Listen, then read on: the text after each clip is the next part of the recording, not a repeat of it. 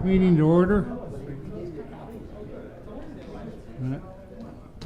I see the first thing on the agenda is a proclamation for Fire Week of 2025, whereas the city is committed to ensuring the safety and security of all those living in the Utica and visiting.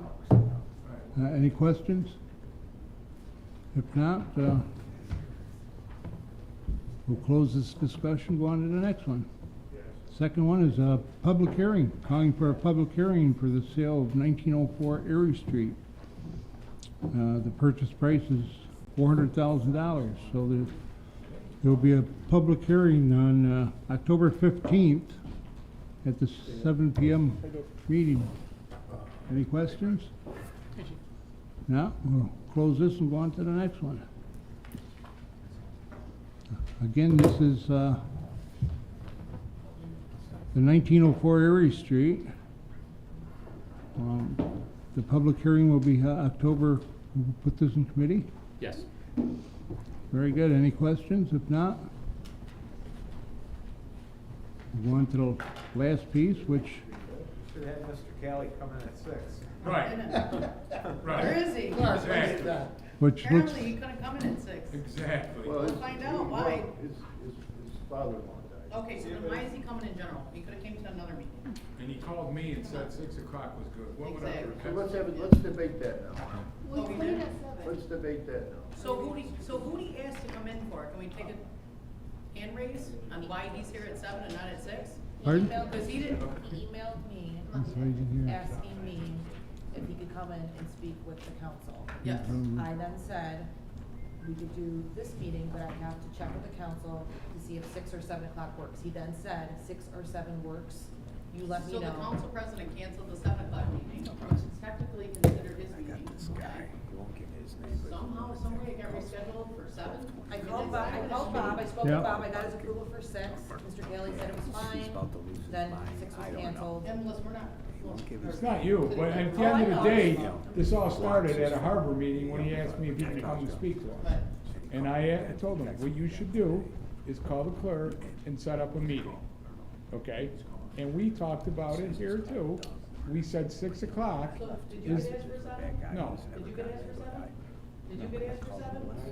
No, neither did I. So it seems like after an email went out, that it asked for the board and financial stuff to come. We're not gonna have anything. Great, huh? Did you get anything? No. We didn't finish the stop sign now. Okay, we'll go on to the stop sign. The intersection where stop required, Schedule C intersection where stop required, Ridge Road and Ridge Place, three-way stop at the intersection. Councilmember Beater. Just want to thank Clerk's Office, DPW, our UPD for pushing this one through. We've been working on it for a few months just to make this neighborhood a little bit safer, so thank you all. That's all. Any other questions? Yeah, I just got one. Are we done with all our stuff now? As far as I So- see, Okay, I just got one thing to say. To me, the guy comes at 6 or 7, it's really not a big thing. It is a big thing when we said we were coming at 6, it's 10 after, we could spend 50 minutes asking a question. And the other part that really bothers me, you got an elected official up there who's the president of the Common Council who said 7 o'clock is not a good time. I got a problem with that. So he's the president. He runs the show. It's time we have a little respect for him. Gotta be honest with you. What's the reason? Okay, so now want me to tell you what I think the reason is? Here's what I think the reason is. I think Councilperson Colosimo sent an email out and said she'd like to have members of the board and she would like to see some financial disclosures and a lot more than somebody coming to talk about things. And believe me, I don't have a problem with the housing project at all. He came to me, asked me about it. I said, you should see Melissa, okay? But all of a sudden, he responded. He was good at 6 until an email came to all of us asking for documentation. And then we were coming at 7. You know why you come at 7? Because you don't want to stay out there for a half hour and get answered a lot of questions. That's my problem. And maybe I'm wrong, but that's the president. The president sent all of you guys, okay, saying 7 o'clock is not a good time for the meeting. So what we should have did is not had it tonight. We should have came here like a council does and said, let's schedule a committee meeting when we can all be here and talk about it and spend time, instead of sitting here for 50 minutes doing nothing. And then we're gonna go in a full meeting and we're gonna have to listen to all this. And I'm for Mr. Kelly. I think they do a great job. I don't like this though. I don't like it. So that's all I got to say. Any other questions? Well, I'd just like to say my brother got yelled at the feast because somebody thought he was me. Complaining that I didn't do something. It had to be the voice, right? Did anybody get I thought there was a financials from the last few years I from thought that was funny. People First? I didn't receive anything. Nobody received anything. You better, hey Frank, you better look at. It wasn't here. You'll have to say it again. And I'm sorry for going off, but No, it's not right. apparently not. Motion adjourned? That's a precedent. Motion? You want a second? Second? Meeting adjourned. No, we can sit for 45 minutes. Yeah. See you soon. Frank.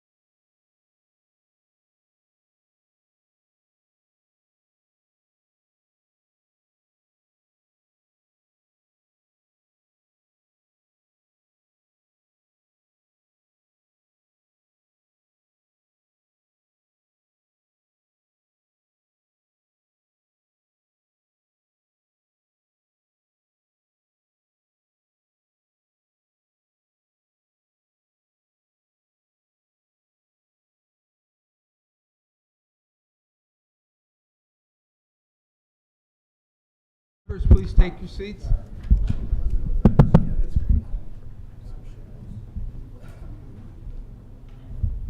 This meeting will come to order. The city clerk will take the roll. Aiello, Burmaster, Bitar, Carcone, Irvin, Beatrice, Williamson, Colosimo Testa, Lemetico, Druzzi, all present. Please rise for the Pledge of Allegiance, followed by a moment of silence for the deceased members of the Common Council.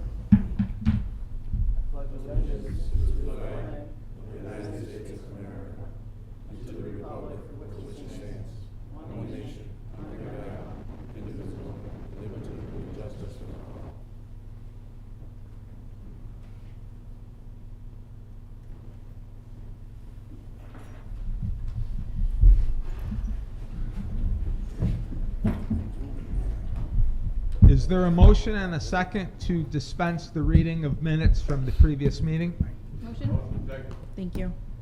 Public comment period is opportunity for the public to come up and speak on city issues. You'll be given 3 minutes, please. Our first speaker is Lou Robertelli.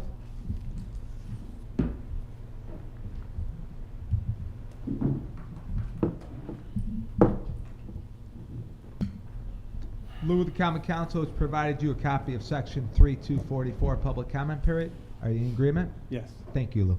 thank you. Good evening, everyone. The reason I'm here is I spoke at length with Mr. Carcone and Mr. Beatrice about it. I own a property on Armory Drive in Utica.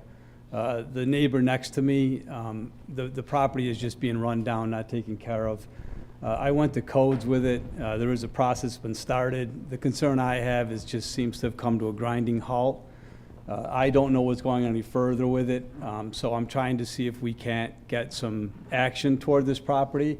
There's two things that are going on with it. One, he has it's a non-owner occupied property. It was also put on the city's nuisance list back in 2018 as there was a shooting at the property. Again, it's non-owner occupied. There's a tenant in the front, tenant in the back. So one tenant uses the single driveway that the property was, I guess, allowed to have. The other tenant is driving over the curb line, over the grass, and they dug it up. It was a mud pit.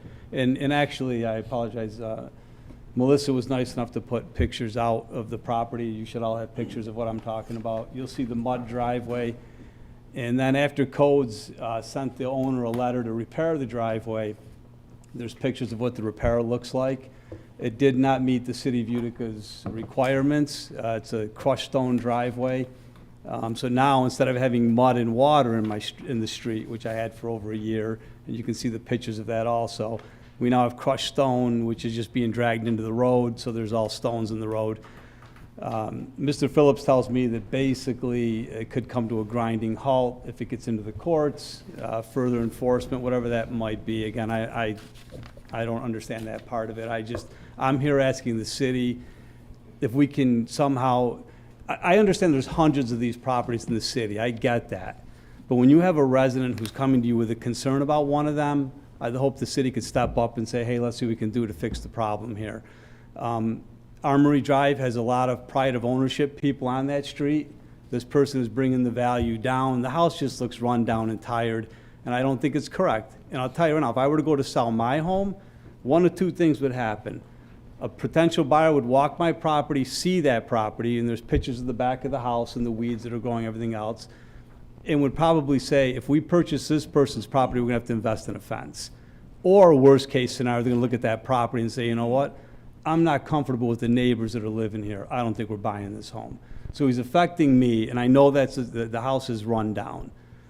So I'm hoping that the city codes can get involved, maybe put some more pressure.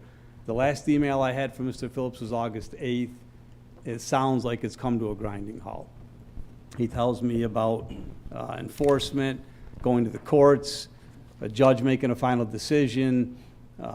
It just sounds like it's just, it's almost unacceptable. That's all I'm saying. I mean, I don't think these people should be allowed to just drag their feet and maybe eventually have nothing done.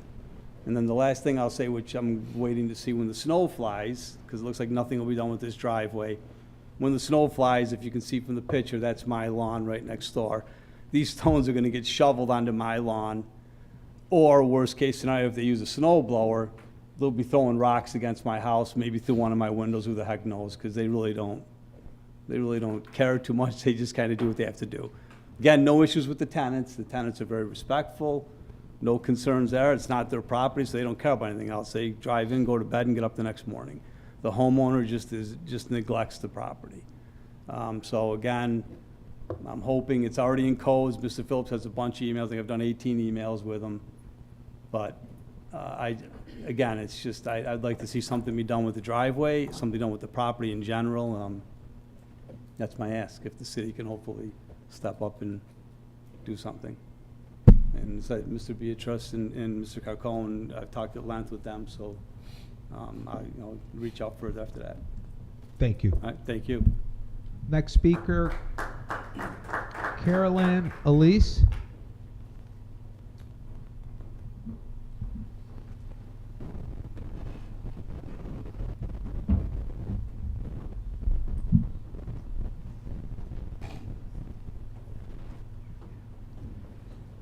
Carolyn, Common Council has provided you a copy of Section 3244, public comment period. Are you in agreement? Yep. Thank you. As you know, I try to attend most all Common Council meetings. And I'm concerned that most of the time, the department heads and the council people, when they are given the opportunity, always say nothing to report. Nothing to report.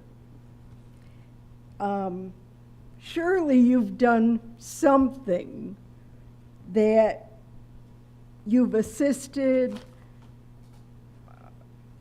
a constituent, you've served a resident of the city.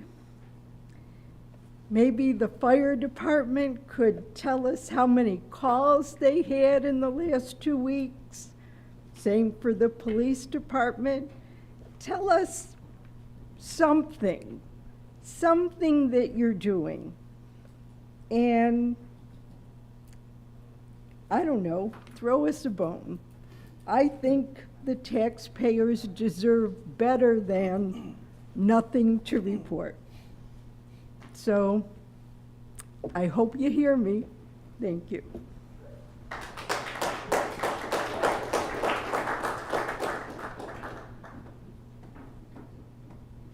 Thank you.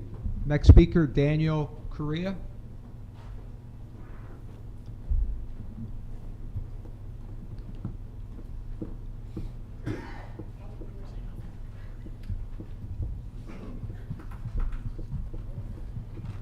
Daniel, Common Council has provided you a copy of Section 3244, public comment period. Are you in agreement?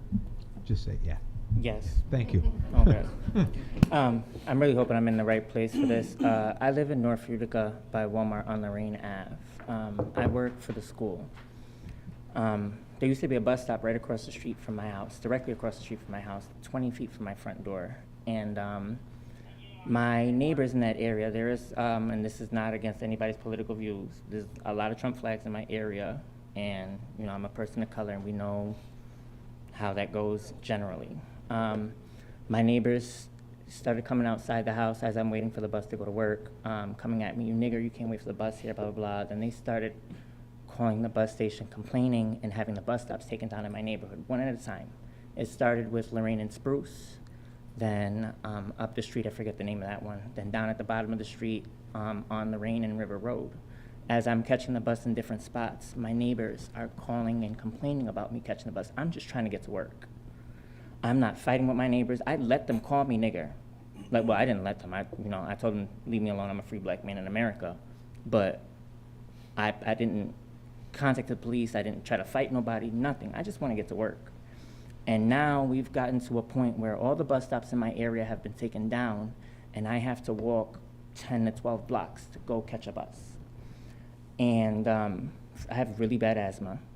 Not that that should even be a thing, because I don't think that somebody should be able to come out of their house and tell me, "You can't catch the bus here, nigger," and then Central takes the bus stop down. And it's happened one stop at a time. It wasn't all at one time. It wasn't like Central changed the schedule. As I'm catching the bus at different stops, they're taking the stops down because my neighbors are calling and complaining. If I could just have one stop on my street, not even all of them put back up, but just one stop on my street so that me and other people on that street can catch the bus. There's a man who lives upstairs from me who's waiting for a heart transplant. He can't walk 12 blocks to catch a bus. He's got his heart in a bag, like it's battery charged. That's 30 minutes less of a heartbeat for him to walk and catch a bus because somebody's uncomfortable with colored people in their neighborhood. And I really honestly feel like that's crazy where we are. I mean, I really honestly feel where we are in America at this day and age, that's crazy. And I really just hope that the city can help me out with this because I've contacted Centro and nothing's become of it.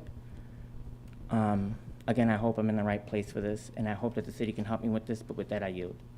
Thank you. Thank you. Francis Brown?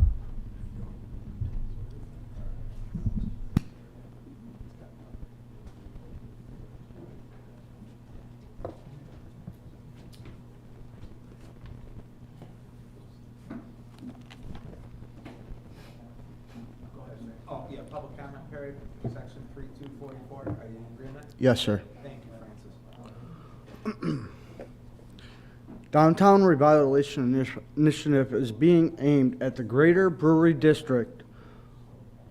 What business happens to be in that district? Habano Cigars. You know, the one that the mayor put a big brush on the sign. Be warned, I am watching now.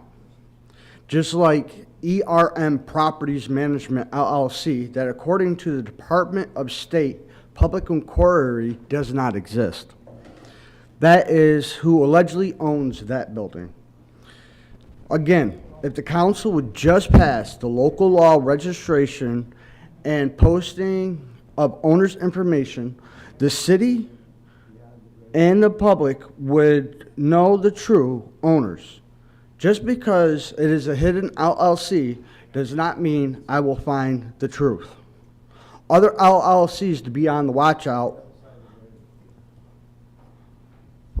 are Second Chance Housing LLC, owner of the rotting building on the Cooper and Barrack Street, Mohawk Valley Partners LLC, Champlain Avenue Realty LLC, and let's not forget the one that I know for a fact does not care about the area, Reverend Ivan Cortez. Utica can start with the nuisance abatement now that he has pled guilty to 2 of the different code violations in the building and still has several more. Reverend Ivan Cortez still refuses to fix the washer to attempt to prevent me from washing my clothes. This alone is 2 code violations and 1 state law that I know of.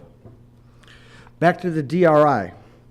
I do have some ideas, including a shuttle service on Thursday nights to help reduce the reliance on cars as well as reduce DU and WIs, as well as the worst case scenarios. We also need signage to keep the bikes off the sidewalks in the business districts as Ordinance 2-12-95 states. The city website needs a major overhaul, especially the community page. The gentleman from North Utica Association brought up a good point about easier access to the neighborhood association. This will make it easier for residents, new and old, to get involved with the local community and lessen the burden on City Hall. Also, why did I find the DRI information on Facebook, not on the city website? The event calendar needs to be updated with events for Uticans to go to, including the Polish Community Center will be having an Oktoberfest on October 4th. The Utica Library will be hosting Locked in the Library on October 10th at 7 p.m., limited to 50 people, so boo there early. Utica Harbor should be used for everyone, not just for one person's agenda. Forest Hill Cemetery is still asking for the public support to raise $150,000 for the Child's Chapel. Only we can preserve Utica's history. Remember, Utica starts with you. What we do with ourselves dies with us. What we do for others in the world remains and is immortal. Albert Pine. Thank you. Thank you, Francis. We have one more speaker.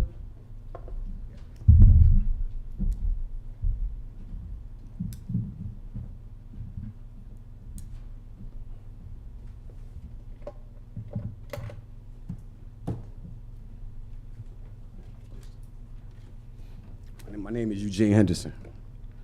I want to ask you a question real quick. What are you going to do about this harassment I'm going through? I talked to you on several different occasions. You're not going to answer me? He never spoke to me. I spoke to you over there last time I was here.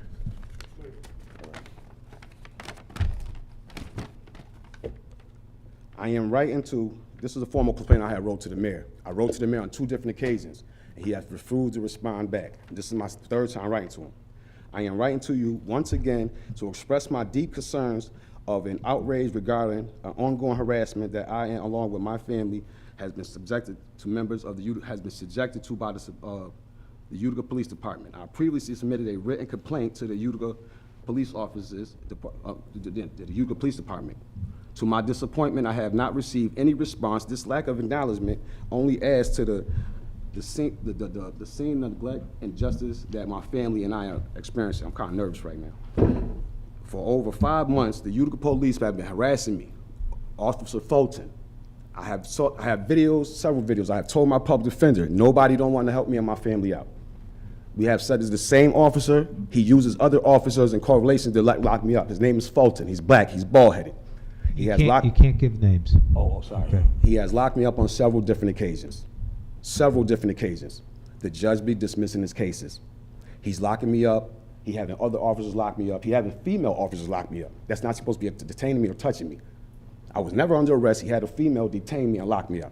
The 4th of July, they violated me and my wife. They pushed my wife down to the ground almost. They pushed me down to the ground. I got the videos. The police saying they want to see the videos. I tried to show Billy Williams the video.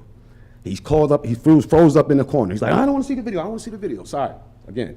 So I tried to show him the video. He didn't want to see the video.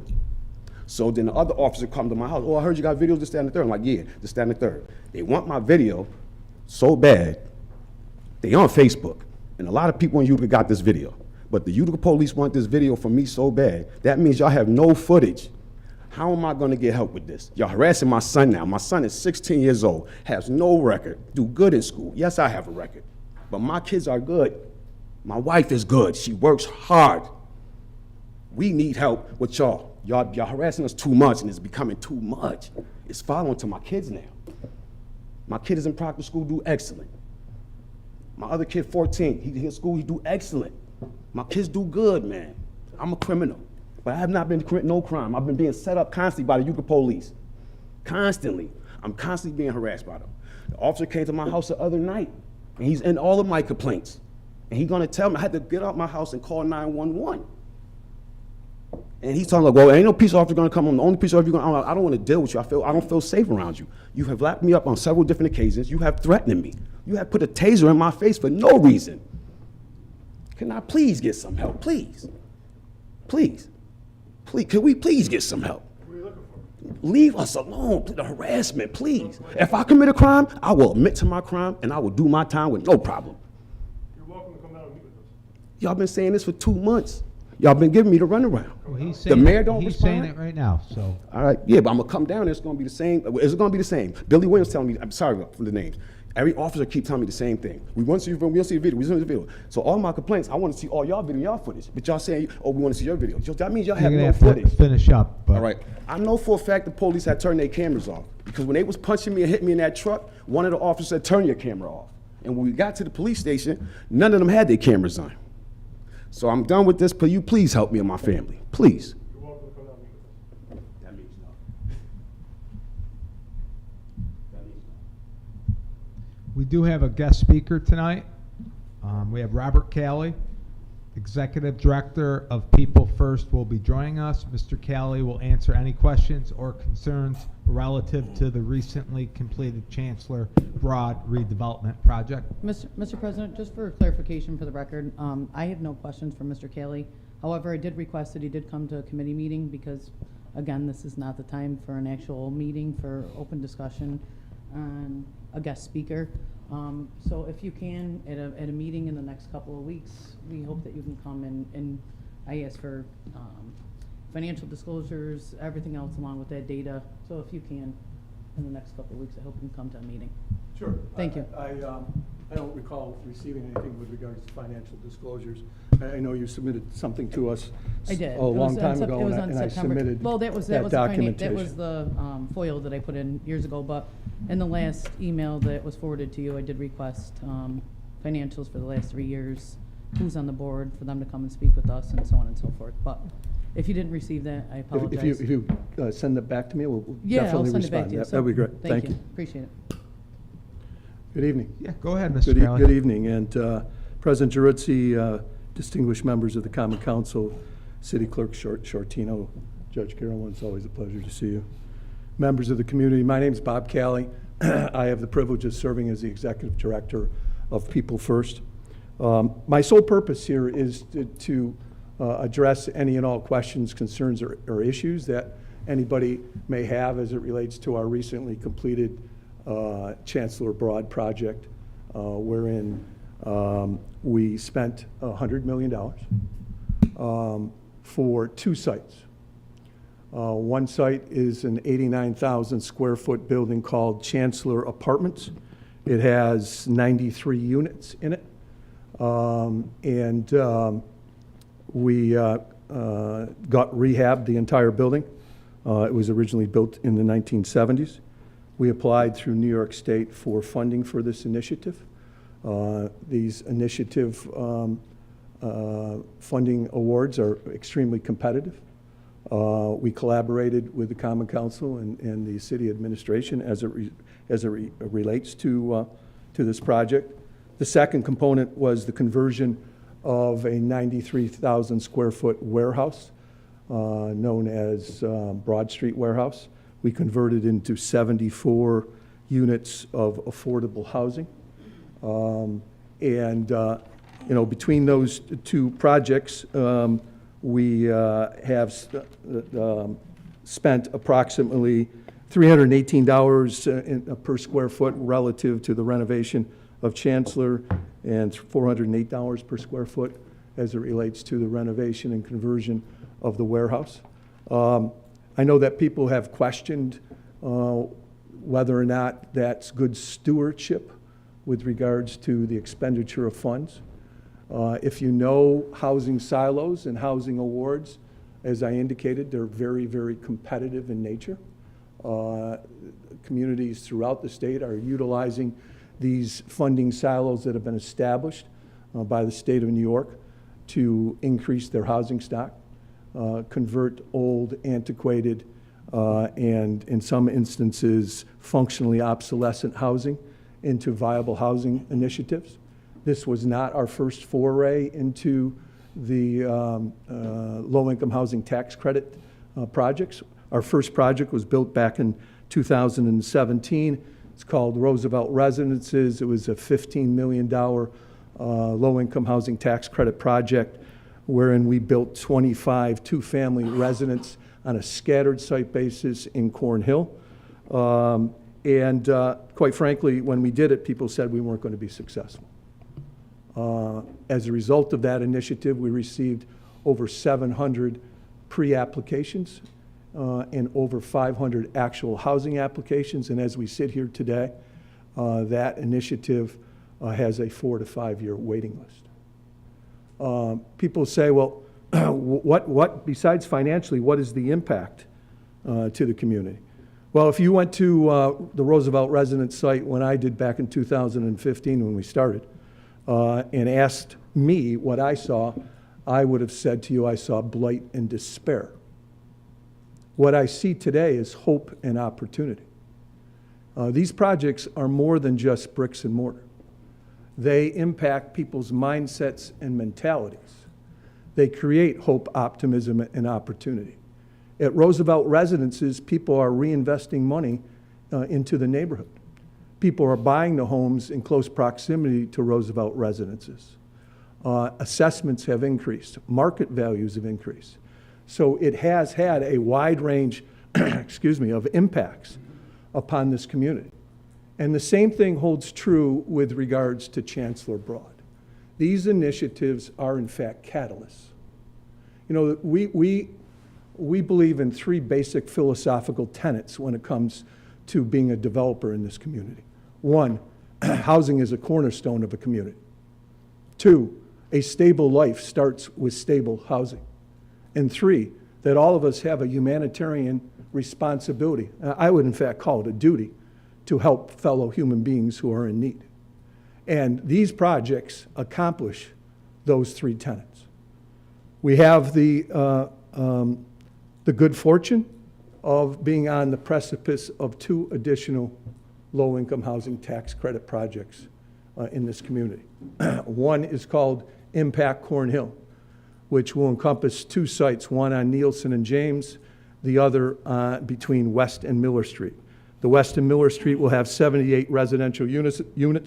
It will provide full-service offices for partners, community partners, and will have a multi-purpose athletic facility on the 1st and 2nd floors. The second site on Nielsen and James will have an ancillary satellite grocery store. It will have incubator pods so that people within the community can test their wares and their skills to determine whether or not they can bring their ideas to the marketplace. It will also have 24 units of affordable housing associated with that. Those projects are all within the same parameters from the standpoint of per square foot costs. The unfortunate thing with regards to affordable housing is that it's not very affordable. And why? The standards of the state of New York are extremely high. The regulations are extremely high. The prevailing wages have to be paid. At Chancellor, for example, we had to engage in relocation because we didn't relocate or empty the building. We had relocation in place, an expensive undertaking. Soft costs are expensive. So these initiatives aren't cheap, but I will say this to you. For those of you who say that we've reached the saturation point, I will attest to you that that's not true. I concur with people that say that we should spread the wealth with regards to projects, that the region should take responsibility in addition to the city. But the need is there. And the need is not just reflected on a market study. If you look at the market studies that are done for projects, they show that there's 1,000 to 1,500 unit shortage of clean, safe, and affordable housing within the city of Utica. What was that number again? 1,000 to 1,500 units. I will say to you that where I judge the need is the fact that my office is immediately adjacent to the front entrance of People First. And I see people on a daily basis and hear people on a daily basis walking into our office on an unexpected basis, no appointments, and begging for the ability to have clean, safe, and affordable housing. That, to me, is a humanitarian duty that all of us owe to fellow citizens.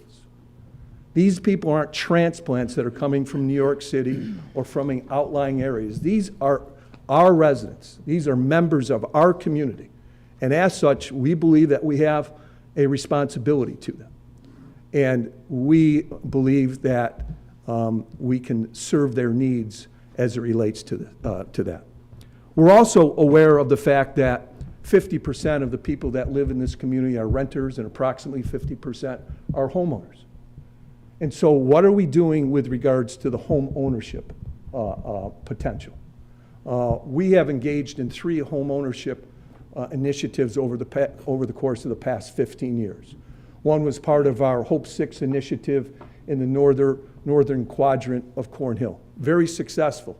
If you drive by there today, you see people that have extreme pride in their homes, and they maintain them meticulously.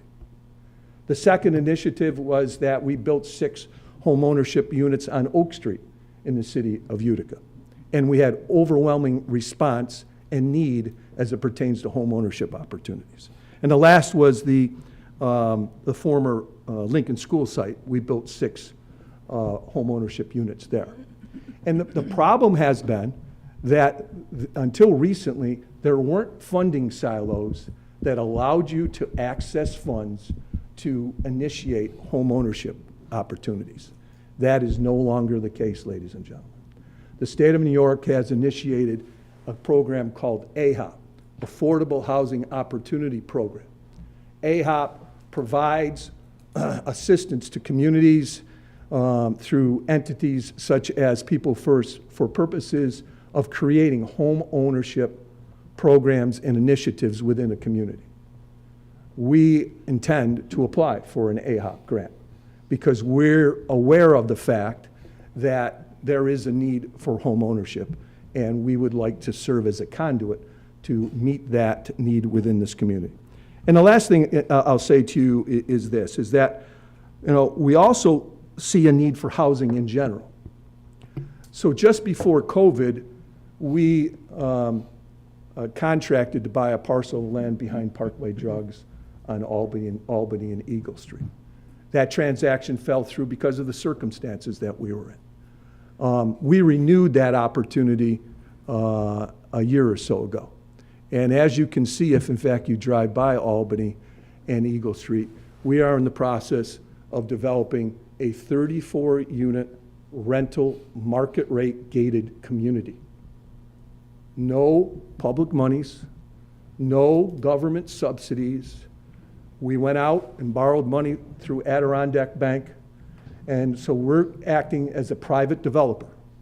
And people will say to us, well, is that truly within your mission statement? Our mission statement's pretty simple. Enhance the quality of life of people within our community. Simple as it can be. And so what we do with these supplemental resources is one thing. We reinvest those into our core programs to meet the needs of people. So it's our way of trying to become more self-sufficient and less reliant on government subsidies and be subjected to government shutdowns.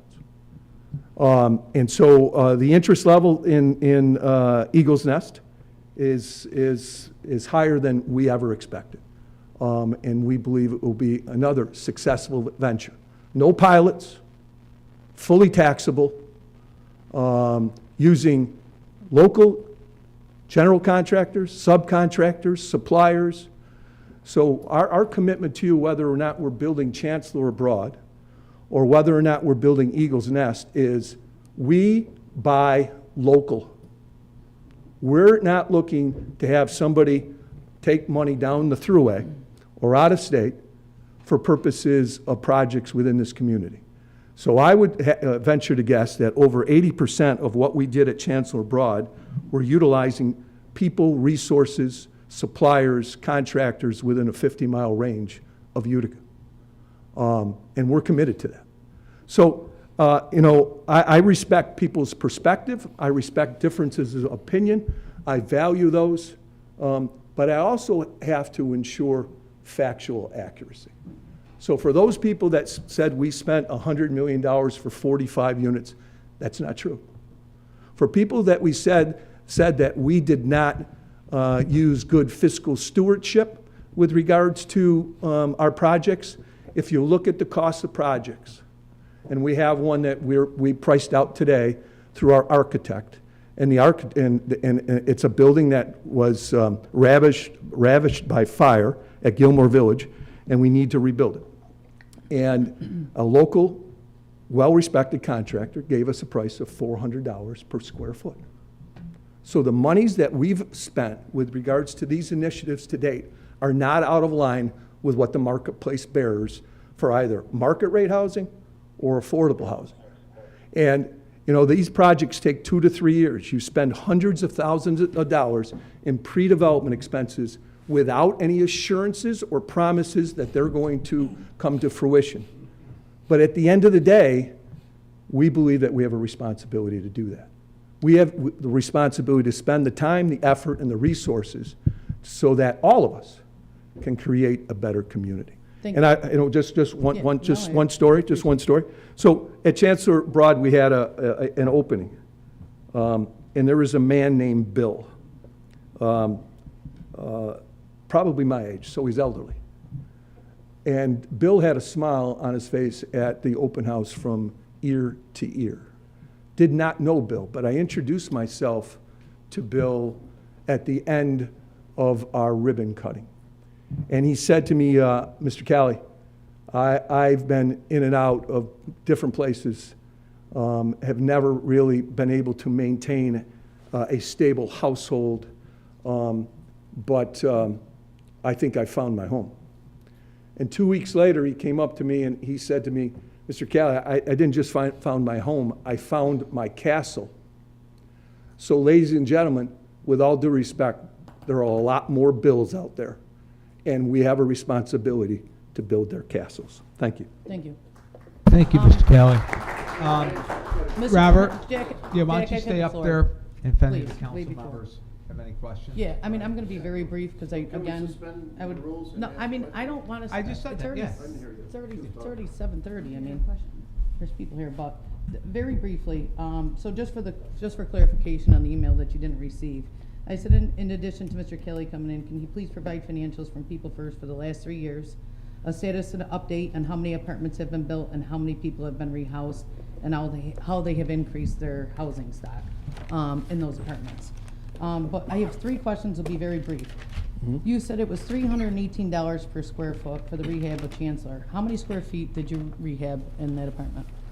In that apartment complex? Chancellor has 93,269 square feet.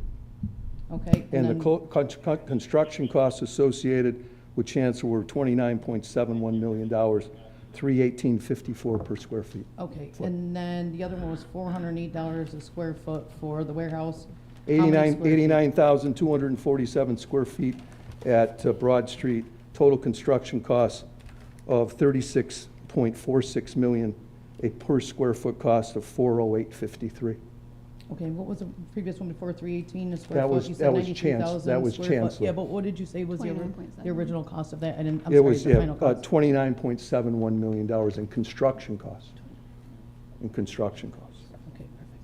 And then the last thing that I have is that you said that obviously Utica is a necessity for housing. I think you put that to about 1,000 to 1,500 units that are actually. That's what the market studies that have are shown. that are needed. Correct. So, out of all the work that you have done, have you ever had any apartments built outside of the city of Utica? Or how does that work with People First? We were one of the first housing authorities allocated by law back in 1937 under the Public Housing Act of 1937.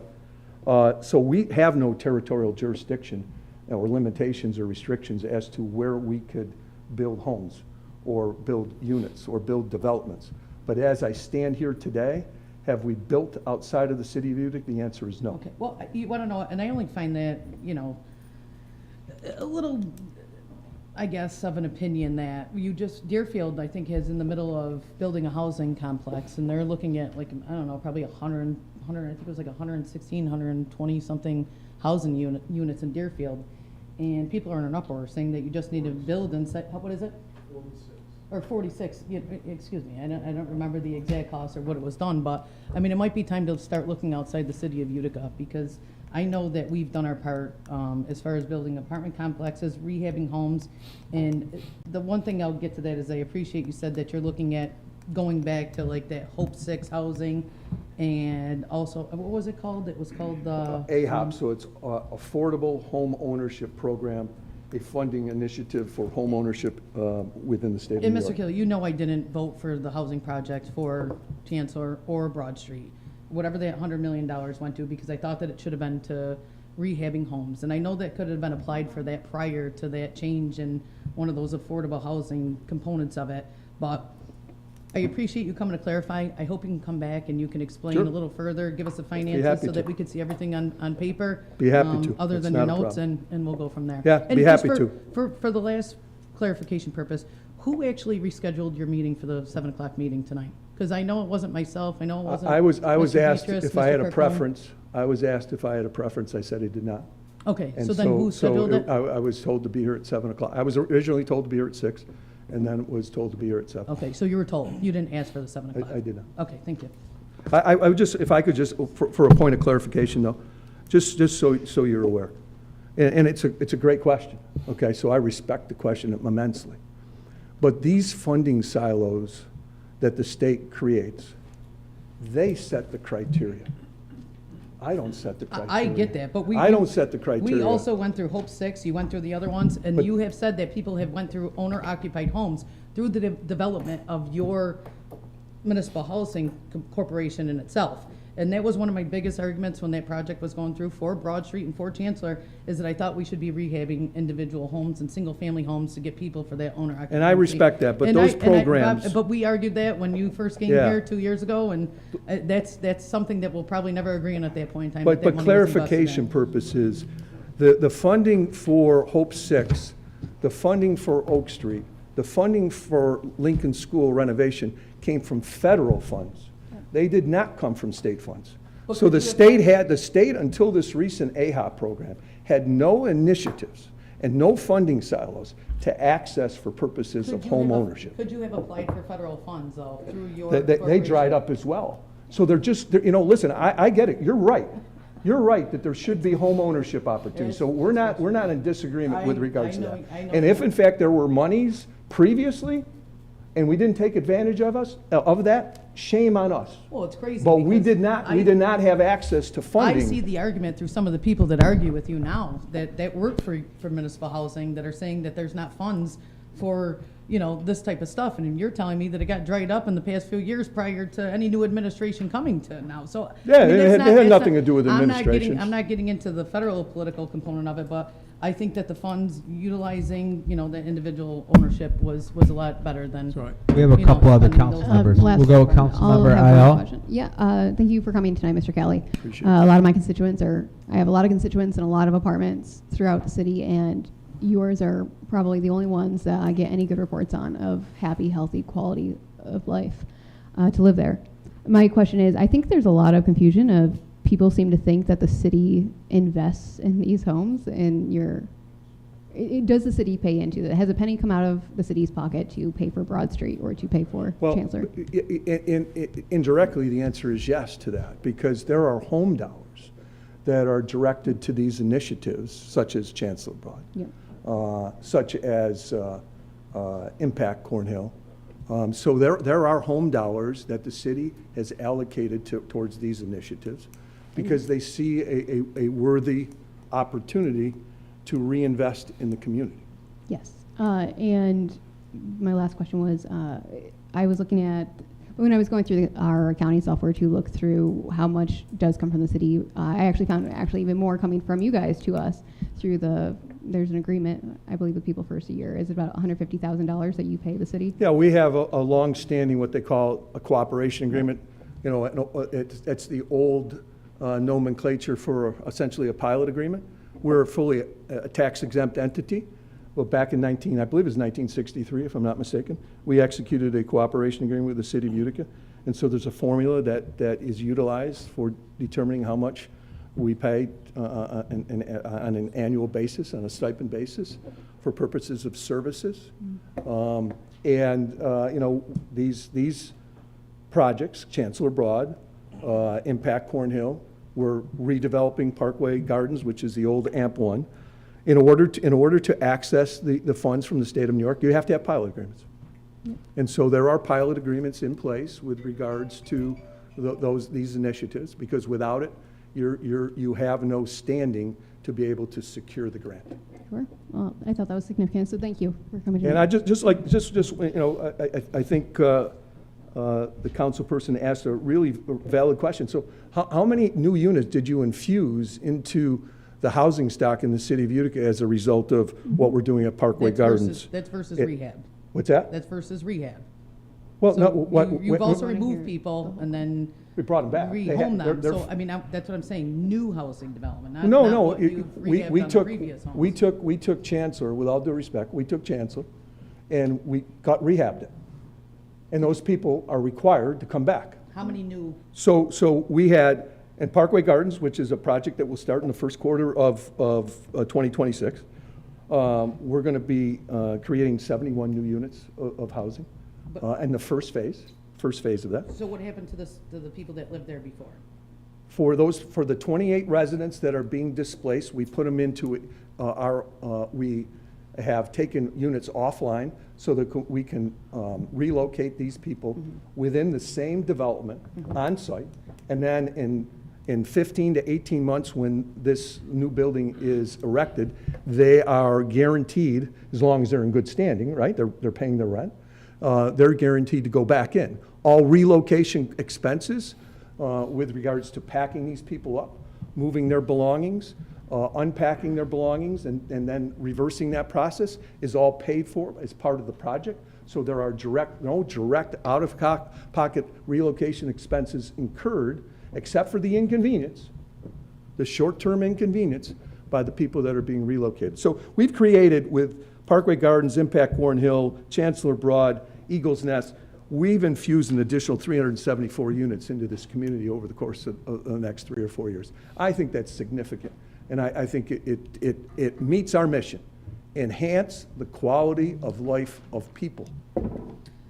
So the one thing, oh, go ahead. The only thing I wanted to clarify is that the question was this: have monies been spent by the city? I think that the reallocation of buildings that we had to knock down through previous projects and so on and so forth, what monies has the city of Utica put in for the rehabilitation of homes?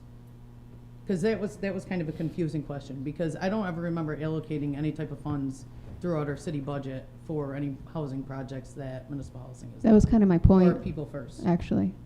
So that was my point. Well, no, because he did say monies have been reallocated. The home dollars. They're Through home dollars, cooperation, which are so- federal funds that are administered, and please correct me if I'm wrong, administered by the city.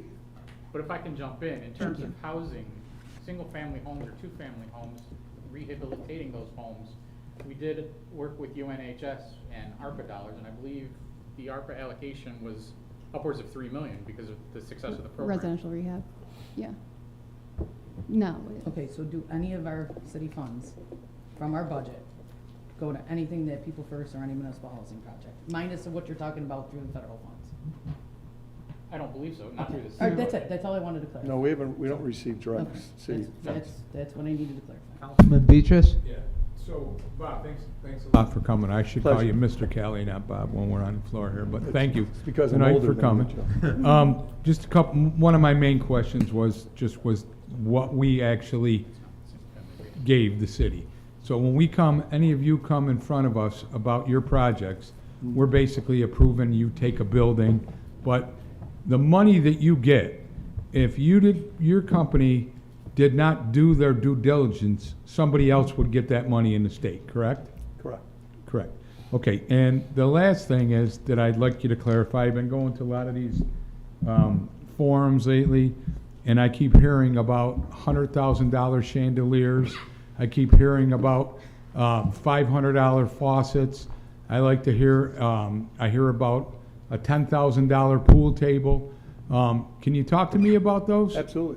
Yeah, okay. So, I'll talk about the pool table first, okay? It's a pretty simple answer. My best friend, his name was Tim Trainer, a local marketing and public relations guy who passed away this past summer at the age of 61, had a fatal heart attack. I ate dinner with him at Delmonico's on a Friday night, and on Saturday afternoon, we were doing chest compressions on him. He donated his pool table to the Chancellor Project. It was not valued at $10,000. He bought it through, now I'll never remember the name. Who's the big vendor of pool tables forever? You don't have to go into So it. At the end of the day, nobody paid for that. Nobody paid for Tell that. me about the $100,000 chandelier. Well, we don't have a chandelier. There are light fixtures, but there's no chandelier. What you're really referring to is the warehouse sign that's on the corner No. of Broad. No, that's That's not and it. more. They said that there was a chandelier that was made from Chicago Who's they? that was purchased, so there's No, there's no nothing like that. chandelier. Okay. Oh, it's How not a about, chandelier, a light fixture? No, They didn't import anything? no, not for $100,000. We bought light fixtures for the whole building, but let's be real, okay? The state of New York would never have allowed that to happen. Their review and scrutinization of project budgets is just over the top. They set the parameters. They know what it costs to renovate an existing warehouse or to do a gut rehab at Chancellor. They know what the parameters are for per square foot costs. Okay, so they scrutinize the numbers. They really tell you what they're willing to give you for these projects. So we don't tell them that it's $100 million. They determine it. The real expense with regards to these projects is what they call soft costs. Soft costs are things like relocation expenses, architectural, engineers, lawyers, bonding fees. They usually represent somewhere between 25 and 30% of a project budget. That's where the expense is. It's not on the construction side, ladies and gentlemen. It's on the soft cost side. We don't make the rules. We have to abide by the rules. And so they determine how much this project should bear for purposes of state funding. And then we have to make a determination as to whether or not we can live within that budget. So we can't have a $100,000 chandelier. We can't have $500 kitchen faucets. We can't spend $10,000 on a pool table. It just won't be allowed. We have bi-weekly meetings with people that come in and monitor our construction activities and review budgets, okay, and review change orders and review requisition requests. And so they're very diligent in terms of their review. And if they see something out of line, they're going to reject it. But I can say to you, as I sit here today, that Chancellor Broad was brought in within budget. It was done within the timeline that's required, which is 2 to 2.5 years. It took us almost 3 years to put the project together. We've been working on Chancellor Broad for 5 years, ladies and gentlemen. And the same thing holds true with regards to Impact Cornhill and Parkway Gardens. These are not easy initiatives because it's so demanding when you get to the state of New York with regards to the competition out there for purposes of these state funds. So Mr. Kelly, I think with all said and done, I don't think you'll have any problem giving us the last 3 years Yeah, of we'd be happy to. financials. Sure. And then explain how each project was spent, Sure. what the costs were Yep. approved through that, what you had to do in each of those, because I think that's something that I look forward to seeing, because everybody says something, but I have not been able to see it on face and, We have no problem. You know what they say, the truth does not lie. well, exactly. So if you can you forward that to our city clerk? Yes. And then she could disperse it, since Be you didn't happy get our to. last email that asked for Be that. happy to. Councilman Yeah, thank you. Kirkon? I'm glad you came in and clarified those rumors about the pool tables and the chandeliers, because they've been going around. And that's obviously total nonsense. You know, my father used to say to me, Frank, that those are called backhanded compliments, so I'll take it as a backhanded compliment. Thank you, I appreciate the opportunity. Thank you, Mr. Kelly. You want me to squeeze it?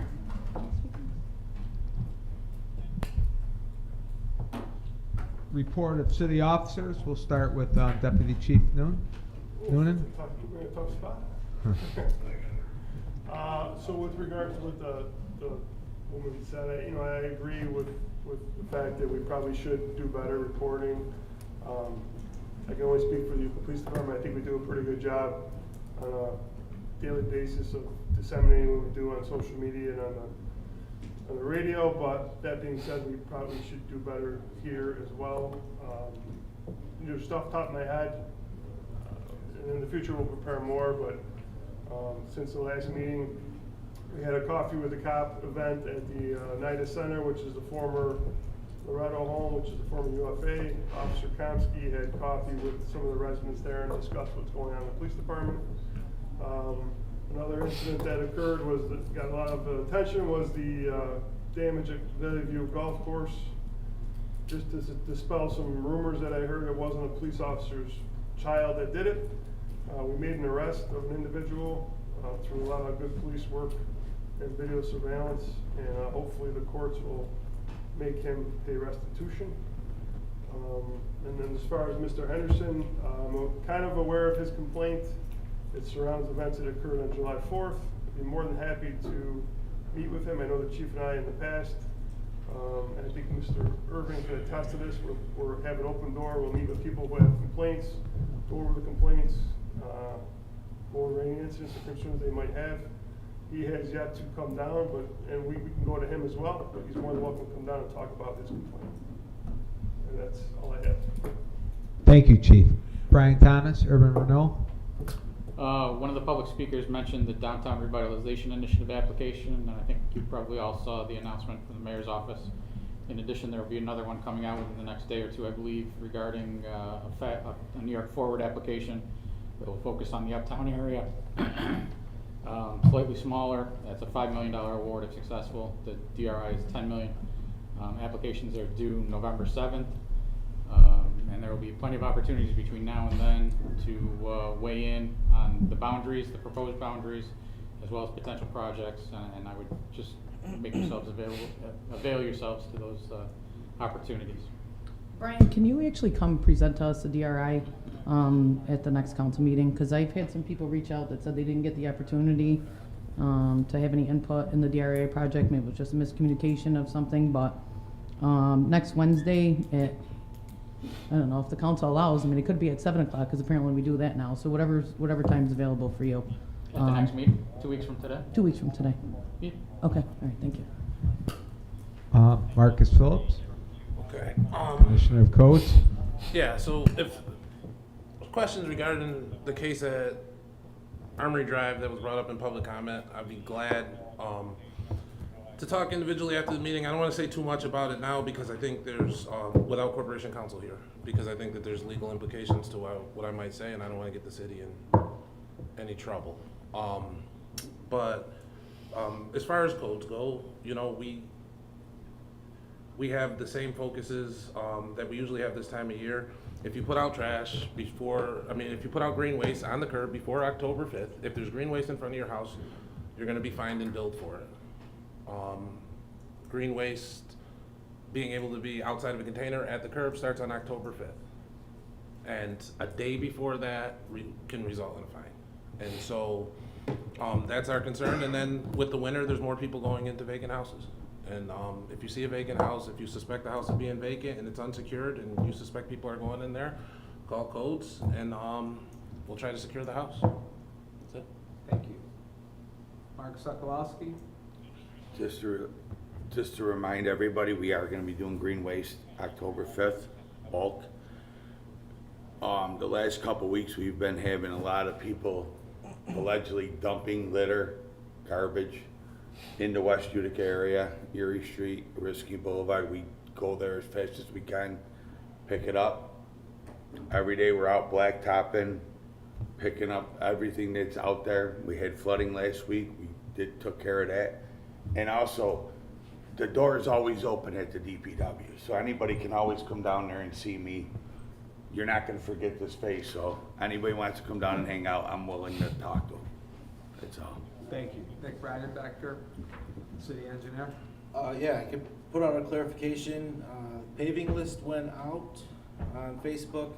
It did say East Utica. That's my ear. The streets are accurate. I know exactly that's Cornhill, West Utica, South Utica, North Utica. Just slipped through the fingers during my proofreading. Otherwise, I do want to comment on everybody being patient with the pavers and all the construction workers on the street. They're out there on 200-degree blacktop. They're doing their best to keep the road open so you can pass. But you don't need any wise guys trying to take people out with their mirrors and acting like fools. So just be safe, be patient with our workers, and hopefully in the end we'll have some better streets for you for what we've done thus far with the money that we have allocated. Thank you. Thank you. Fire Deputy Chief Will Scher. Nothing to report. Thank you. There's no cash report. Petitions, remonstrances, and appeals. First District Council Member Katie Isle. Thank you, Mr. President. Yeah, a few things tonight. I know people had thoughts and concerns about Mr. Kelly coming to speak tonight at our meeting. I just want to reiterate, I think it's the perfect venue for it. That's the point of having guest speakers and presentations. And in fact, it might be the only venue for it since we can't have a committee meeting on something where there's no legislation. So whatever meetings we decide to have moving forward, just keep that in mind. And again, thank you, Mr. Kelly. And I really want to reiterate, if people want to get mad at the housing conditions in the city, People First isn't the place to put your energy. We could really use you on the front lines of Millennia. If anybody's forgotten what those conditions are like, come check out Lillian Cooper, Brandegee Apartments. It's not good, and I wish they would come here and speak as well. And we don't have that, but that's where we need a lot of energy and focus as well. So as long as the opportunity came up, really wanted to remind people of that. And I want to say we had the United Square meeting last Wednesday. The mayor held it, and I'm going to say I think it was good, and I think it was good from the standpoint that it was over 65 people, and a lot of people had to speak, and it was long overdue. And I hope it's the first of many conversations. I don't know if it moved us to the solutions we need yet, but it was a start of a really important conversation. So other than that, that is all I have for tonight. Thank you, Mr. President. Thank you. Second District Council Member and President Pro Tem, Robert Burmaster. Thank you, Mr. President. I want to thank you, Mr. Kelly, for coming. Robert Majority Leader, I'm sorry, I can't see. Majority Leader. I want to thank you, Mr. Kelly, for coming tonight. I did buy a house back in the 80s across from Washington School, figuring I'm going to get ahead of the game. My wife was pregnant. It was going to be a no-brainer. Go to school across the street. My son, born 84, goes to school 89. First year, get a letter from the school district. We're going to close. I'm thinking, oh my God, I just bought a house. I was across the street. A few years later, they put these beautiful houses across the street. It embarrasses me. I have to improve my lot. It cost me almost $40,000 to improve my lot because I'm not going to be outdone by my neighbors. And I never knew what group bought it, but I want to appreciate it because it's been a shot in the arm for West Utica, not only on Oswego, Oak City, but up in the Downer Ave area, Highland Ave. Them houses are gorgeous. And I want to thank you for that. And next Wednesday, there's a meeting at 5 Points, 6 o'clock. I guess there's going to be a meet the candidate for some county position. Not sure, but thank you. That's all I have for tonight. Thank you. Third District Council Member and President Pro Tem, Joseph Vitar. Thank you, Mr. President. I just want to thank the residents who've been doing a great job of reaching out to me about issues in the neighborhood, and really our DPW, who's been hearing from me a lot, Code's been hearing from me a lot, engineering, UPD, of moving these issues along, bringing them to a nice, swift conclusion for the residents. Appreciative of that, and just to encourage residents to keep it up, keep moving these along and making these reports, because the small requests add up into the bigger changes we like to see as a community. So just want to say thank you. Thank you, Mr. President. Thank you. Fourth District Council Member Frank Carcone. First of all, I'd like to thank Nick for taking a lot of phone calls from me, getting the street done from Mohawk from Eagle to Arthur. It was terrible. It was really bad. Thanks for fixing that. Thank Mr. Kelly for coming in. The people in my ward are very happy what's going on behind on Albany Street there. That's it. Thank you. Fifth District Council Member Venice Irvin. Thank you, Mr. President. The Cornhill Neighborhood Association meeting will be taking place on October 14th, 6 o'clock at the Revitalization Center, the ex-Lindsay building on James Street. What else do I have? Harvest on the Hill. I think that's going to be coming up this month. That's where the kids are walking up and down, and vendors from different organizations are there handing out candy and information on their different programs. As soon as I get that, it'll probably be at the next meeting. I'll give you the date for that. What else do I have? I want to thank Mr. Sokolowski and the Utica Police Department for their patrolling and doing what they're doing on at the Martin Luther King Dream Park on Steuben and South Street. I know it's been tough. Like I tell people, a lot of the people that are there are not homeless people, and people don't believe me. It's just that a lot of the people that are there are shifting from one area to another area. So it's been a little bit tough on DPW and the police department with littering and loitering. So they've been doing a good job of keeping it moving over there, even though it's kind of tough because it's an area where there's a lot of organizations that provide stuff for the homeless and feeding programs and everything. So I wanted to give them a shout out for that. And what else do I have? Is Mr. Kelly still? Well, anyway, thank you, Mr. Kelly, for coming. I know that he has an agreement with he had an agreement with Mohawk Valley Community Action to provide a certain number of apartments or units for runaway homeless youth. And I can't remember the number, but they do have an agreement with MVCAA to make sure that group of people are taken care of in some type of capacity. So thank you. Thank you, Councilmember. 6th District Councilmember Joseph Beatrice. Thank you, Mr. President. So first thing I'd like to clarify is I've been a council person this is my 6th year now, and we've had many guest speakers at our 6 o'clock meeting. Mr. Cali, I actually consider him a pretty close friend. We are on the Harbor Committee, and I actually sit next to him a lot and initiated setting this meeting up because I've heard all the nonsense that was going on about $100,000 chandeliers and all that stuff. And the reason I wanted it at 6 o'clock was we were done at 10 after 6, and we had a whole hour to ask him all questions instead of being here going on and on. And he knows how I feel about things. I think they do a great job. I do agree and I've told him this, I agree with Councilperson Testa too, that I'd like to see more housing being built. He explained to me how they are doing that stuff now, and I wanted to give him a chance to be here and not be rushed and talk to us. And I really appreciate that he came here tonight. And then lastly, I just want to say that I lost my stepdad on Saturday. Anybody who knows me knows Poppy. And I say stepdad, his picture should be next to the word step-parent in the dictionary. Yeah, I met him, my dad died when I was 7, and Poppy, my mother never brought anybody around till I was 15 or 16 years old.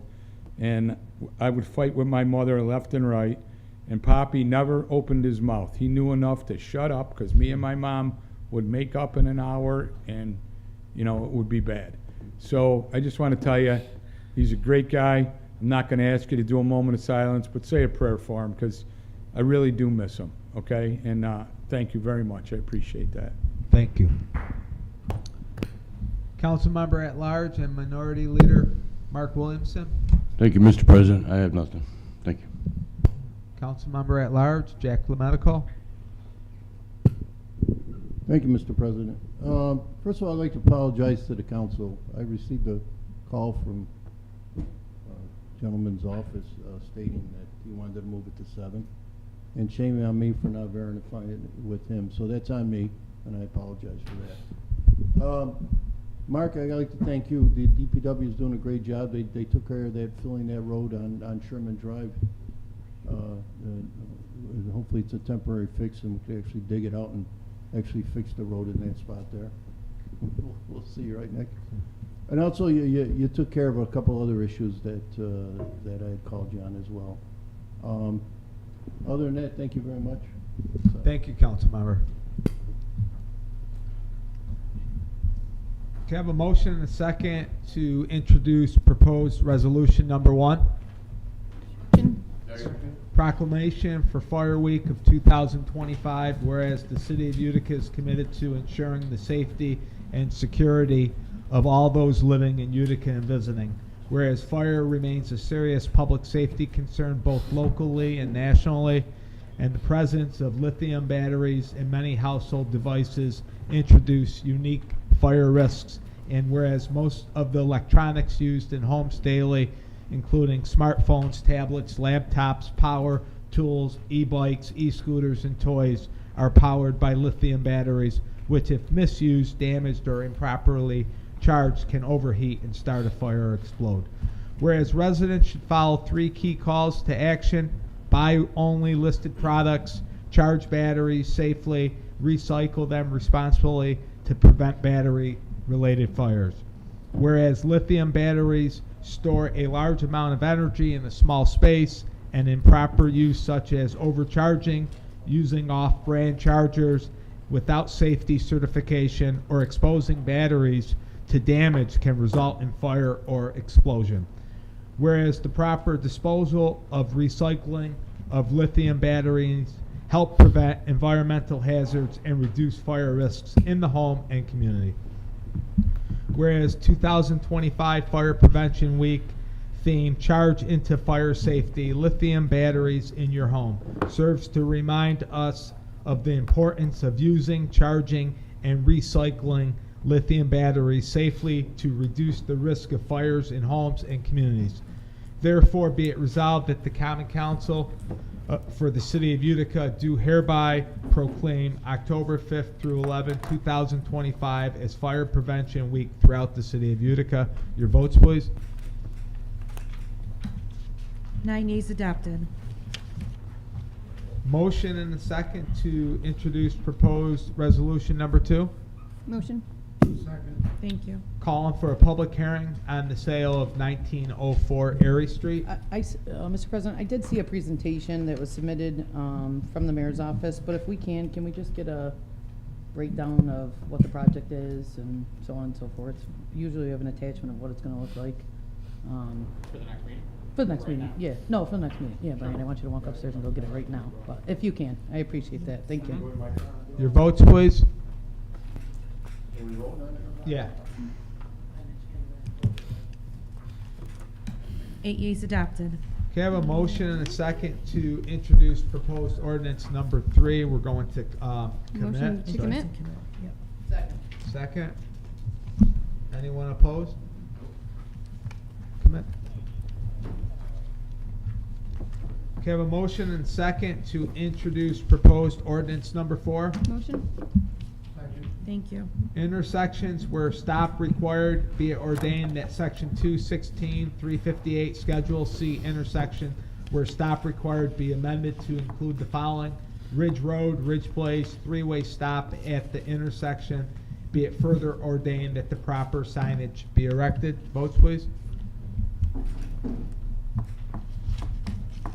9 yeas adopted. Anything coming out of committee? Motion to adjourn? Okay. Adjourn.